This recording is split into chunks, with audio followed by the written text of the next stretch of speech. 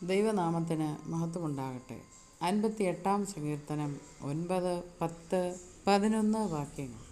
നിങ്ങളുടെ കലങ്ങൾക്ക് മുൾതീ തട്ടും മുമ്പ് പച്ചയും വെന്തതുമെല്ലാം ഒരുപോലെ അവൻ ചുഴലിക്കാറ്റിനാൽ പാറ്റിക്കളയും. നീതിമാൻ പ്രതിക്രിയ കണ്ട് ആനന്ദിക്കും. അവൻ തൻ്റെ കാലുകളെ ദുഷ്ടന്മാരുടെ രക്തത്തിൽ കഴുകും.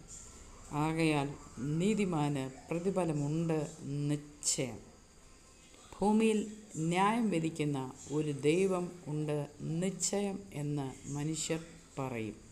ഇന്നത്തെ ദിവസം ഈ വചനങ്ങളാൽ ദൈവം തമ്പുരാൻ നമ്മളെയും നമ്മൾക്കൂടെ അവകാശമായി തന്ന സകലതിനെയും സമൃദ്ധമായി അനുഗ്രഹിച്ച് കാക്കുമാറാകട്ടെ. ആമേൻ.